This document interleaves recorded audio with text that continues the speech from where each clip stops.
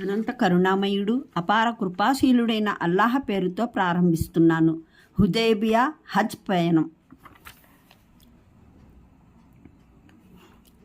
ఈ దుర్ఘటన సంగతి మొట్టమొదట హజరత్ అస్లమా బిన్ అమ్ర్ బిన్ అకు రజీకు తెలిసింది. తక్షణమే ఆయన నగరంలో బిగ్గరగా కేకలు వేస్తూ ముస్లింలకు ఈ విషయం తెలియజేసి ద్రోహుల వెంట పడ్డారు. దైవవ్రక్త సల్లల్లాహు అలైహి వసల్లంకు ఈ విషయం తెలియగానే ఆయన ఐనియాను పట్టుకోవడానికి కొందరు సహచరుల్ని తీసుకుని బయలుదేరారు. కొంత దూరం పోయిన తర్వాత దైవప్రవక్త సల్లల్లాహు అలైహి వసల్లం జీహురు సరస్సు దగ్గర ఆగి హజరత్ సాద్ బిన్ జైద్ రజీ నాయకత్వంలో తన అనుచరులలో కొందరిని పంపించారు. ఆయన మాత్రం మిగిలిన అనుచరులతో పాటు ఆ ప్రదేశంలోనే ఆగిపోయారు.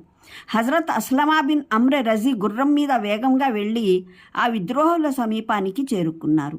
ఆయన దూరం నుంచే విద్రోహులారా ఆగండి, పారిపోకండి అని బిగ్గరగా కేక వేశాడు. ఐనియా వెనక్కి తిరిగి చూసి ఆగండి, ఒక్కడే వస్తున్నాడు, ఇతన్ని కూడా కడతెరిచి వెళ్దాం అన్నాడు తన సహచరులతో. ఈ మాట విని అందరూ ఆగిపోయారు. వారు 100 మందికి పైగా ఉన్నారు. అందరూ కత్తులు దూసి ఆ ముస్లింని ముక్కలు ముక్కలుగా నరికి పారేయడానికి ఉవ్విళ్ళూరుతూ నిలబడ్డారు.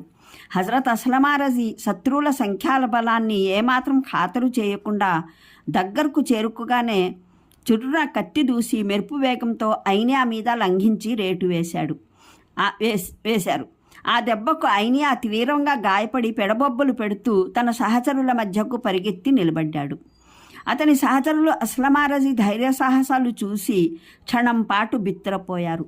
వారు ఆశ్చర్యం నుంచి తేరుకోకముందే హజరత్ అస్లమా రజీ మరో 2 నేల కూల్చారు. శత్రువులు వెంటనే ఆయన చుట్టూ వలయాకారంగా ఏర్పడి పోరాడసాగారు. అస్లమా రజీ వారితో పోరాడుతూనే మరో 2 మట్టుపెట్టారు. అంతలో హజరత్ సాద్ బిన్ జైద్ రజీ నాయకత్వంలోని సైనిక దళం అక్కడకు చేరుకుంది. అటు ఐనియాకు మద్దతుగా అతని మనుషులు కూడా మరికొందరు వచ్చిపడ్డారు. ఆ వెనువెంటనే ఇరుపక్షాలు ఢీకొన్నాయి. హోరాహోరీ పోరు జరిగింది. చివరికి విద్రోహులు ముస్లింల ధాటికి నిలువలేక తమలోని 60 మందిని రక్తపు మడుగుల్లో వదిలేసి ప్రాణాలు అరచేతిలో పెట్టుకొని పారిపోయారు. ముస్లింలకు తమ ఒంటెలతో పాటు ఐనియా ఒంటెలు కూడా చిక్కాయి. వారు పశువుల కాపరి భార్యను కూడా విడిపించుకున్నారు. తర్వాత ఒంటెలను తీసుకొని జీహురు చేరుకున్నారు. అక్కడ ఒక రాత్రి గడిపి దైవప్రవక్త సల్లల్లాహు అలైహి వసల్లం వెంట మదీనా తిరిగి వచ్చారు.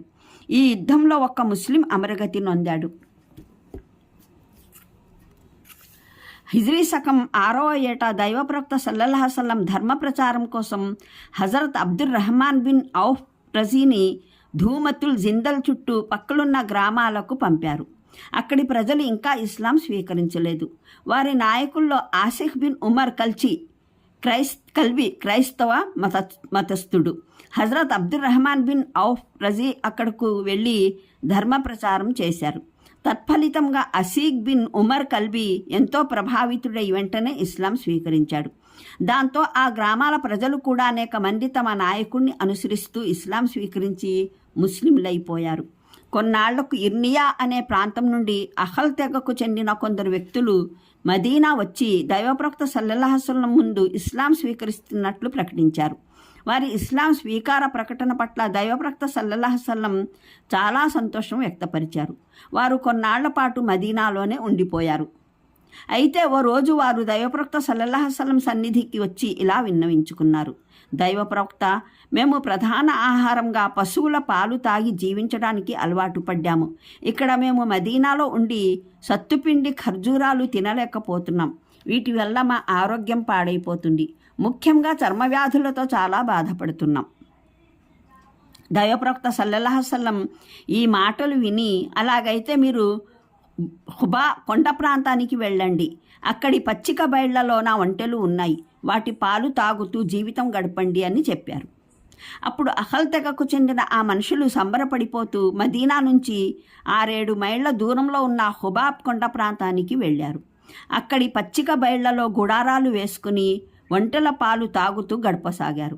కొన్నాళ్లలోనే వారు ఒంటె పాలు తాగి బలం పుంజుకొని బాగా బలిసిపోయారు. ఇలా కష్టపడకుండా ఉచితంగా బలమైన ఆహారం లభిస్తున్నందుకు దైవానికి దైవప్రవక్త సల్లల్లాహు అలైహి వసల్లంకు కృతజ్ఞులై ఉండటానికి బదులు వారు విద్రోహ చర్యలకు పాల్పడ్డారు. ఒకరోజు వారు అవకాశం చూసి దైవప్రవక్త సల్లల్లాహు అలైహి వసల్లం ఒంటెలకు కాపరిగా ఉన్న యసార్ అనే వ్యక్తిని నిర్దాక్షిణ్యంగా చంపి అతని కాళ్ళు చేతులు నరికారు. అంతటితో తృప్తి చెందకుండా ఆ దుర్మార్గులు అతని కళ్ళల్లో తుమ్మముళ్ళు గుచ్చి కాళ్ళు చేతులు లేని ఆ శవాన్ని ఓ చెట్టు కొమ్మకు వేలాడదీశారు. ఆ తర్వాత అక్కడున్న ఒంటెలన్నిటినీ తోలుకుపోయారు. మరునాడు దైవప్రవక్త సల్లల్లాహు అలైహి వసల్లంకు ఈ సమాచారం అందగానే ఆయన హజర్ బిన్ ఖాలిద్ రజీ నాయకత్వంలో 20 మంది రౌతులను పంపించారు. వారు శరవేగంతో వెళ్ళి దారిలోనే ఆ విద్రోహుల్ని పట్టుకున్నారు. వాళ్లను తాళ్లతో కట్టి మదీనాకు తీసుకొచ్చారు. దైవప్రవక్త సల్లల్లాహు అలైహి వసల్లం వాళ్లకు మరణశిక్ష విధించారు. వెంటనే అనుచరులు దాన్ని అమలుపరిచారు. హుదైబియా హజ్ పయనం. మక్కా నుండి మదీనా వచ్చి 6 ఏండ్లు కావస్తున్న ముస్లింలు కాబా దర్శన భాగ్యానికి నోచుకోలేకపోయారు. కాబా గృహాన్ని కళ్ళారా తిలకించి ప్రదక్షిణ చేసి దాని అపార శుభాలను పొందాలన్న వారి ఆకాంక్షగానే ఉండిపోయింది. ఒకరోజు రాత్రి దైవప్రవక్త సల్లల్లాహు అలైహి వసల్లం మక్కా నగరంలో ప్రవేశిస్తున్నట్లు ఆయన చుట్టూ ఆయన అనుచరులు మూగి ఉన్నట్లు కలగన్నారు. తెల్లవారుజామున అమితమైన ఉత్సాహంతో లేచారు. ఫజర్ నమాజ్ కోసం మసీదుకు వెళ్ళారు. నమాజ్ అనంతరం కాసేపు సహచరులతో ముచ్చటించడం ఆయన నిత్యకృత్యం. అలవాటు ప్రకారం ఆ రోజు కూడా కూర్చొని మిత్రులతో ముచ్చటించసాగారు. మాటల సందర్భంలో ఆయన రాత్రి కన్నా కలను గురించి ప్రస్తావిస్తూ ఇలా అన్నారు: మీరు త్వరలోనే కాబా ప్రతిష్టాలయంలో ప్రవేశించబోతున్నారు. దైవ చిత్తమైతే మీరు తప్పకుండా ప్రతిష్టాలయంలో ప్రవేశిస్తారు. ఎలాంటి భయాందోళనలు లేకుండా ప్రశాంతంగా ప్రవేశిస్తారు. ఈ శుభవార్త విని అనుచరులు ఆనందపరవశులు అయ్యారు. ఇది దైవ నిర్ణయమని, ఈ శుభవార్త వినిపించింది దైవప్రవక్త సల్లల్లాహు అలైహి వసల్లం అని వారికి తెలుసు. అందువల్ల ఇక తాము తప్పకుండా కాబాలయాన్ని సందర్శించగలమని వారు దృఢంగా నమ్మారు. మక్కా పట్టణం ముస్లింల ప్రియ జన్మభూమి. కానీ శత్రువులు వారిని అనేక హింసలు పెట్టి అక్కడి నుంచి బలవంతంగా వెళ్ళిపోయేలా చేశారు. దైవధర్మం కోసం, దైవ ప్రీతి కోసం వారు మాతృభూమిపై ఉన్న ప్రేమాభిమానాలను బలవంతంగా చంపుకొని ఆవేదనాభరిత హృదయాలతో మక్కా వదిలి మదీనాకు పోవలసి వచ్చింది. ఆ బాధ వారిని అనుక్షణం వేధిస్తూ ఉండేది. పైగా ఇప్పటికీ వారిలో అనేక మంది ముహాజిర్ కుటుంబాలు వారి పిల్లా జల్లా మక్కాలోనే ఉన్నారు. అందువల్లనే దైవప్రవక్త సల్లల్లాహు అలైహి వసల్లం నోట ఈ శుభవార్త వెలువడగానే వారి ఆనందం అవధులు దాటింది. ముందెన్నడూ లేనంత ఉత్సాహంతో ఇండ్లకు వెళ్ళి తమ కుటుంబ సభ్యులకు, ఇతర బంధుమిత్రులకు ఈ శుభవార్త తెలియజేశారు. అయితే ప్రస్తుత పరిస్థితుల్లో ముస్లింలు మక్కాలో ప్రవేశించడం సాధ్యమవుతుందా? కాబా గృహాన్ని ఎలా సందర్శించగలుగుతారు?